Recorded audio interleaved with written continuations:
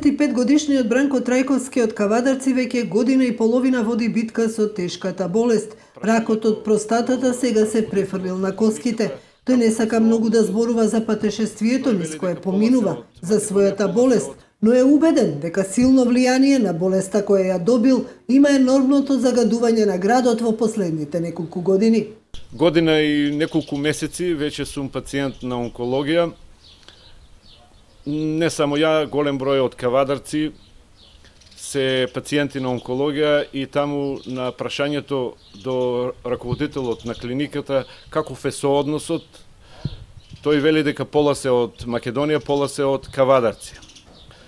Во нашето близина во Кавадарци се наоѓа еден голем комбинат фени индустрија. Со гаранција дека тоа е причината за големиот број на канцерогени заболени од нашиот граѓ, од областа Тиквешија.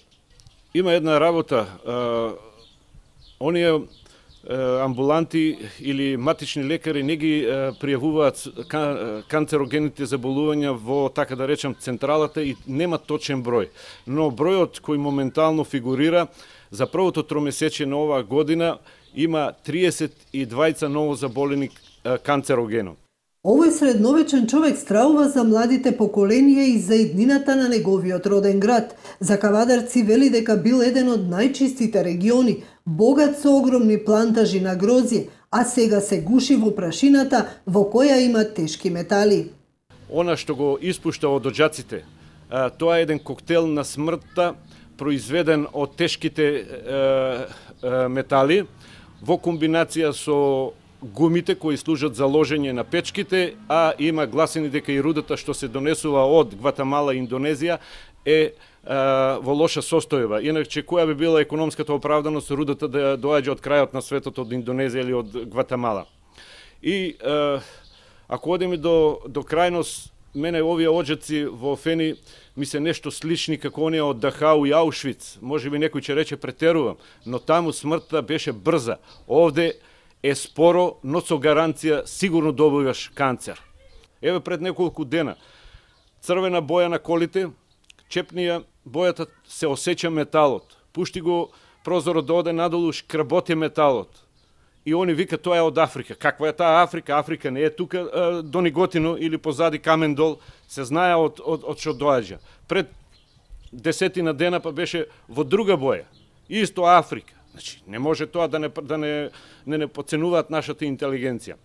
Бранко апелира до надлежните, до политичарите, партиите, до граѓаните за поголема свесност, работата да ја сватат сериозно за да се преземат итни мерки за заштита. Многу повеќе загрижува тоа што никој не се огласува за оваа проблематика. Ни една партија, ни една асоција, ни едно здружение, сите политички партии се неми на ова, па дури и опозицијата. Оваа работа, канцерогеното заболување од тешките метали од фени, не бира од која политичка опција си. Тоа фаќа по ред. Затоа ги молам сите членови, не партиите. Партиите видовме дека до сега не се огласија. Ги молам жителите на Кавадарци и на Тиквешијата, членовите на партиите, повторувам уште еднаш, не партиите, да преземат, да дигнат глас и да се побунат против ова зло. Ова не е на добро. Ова е помор на народот од Тиквешијата.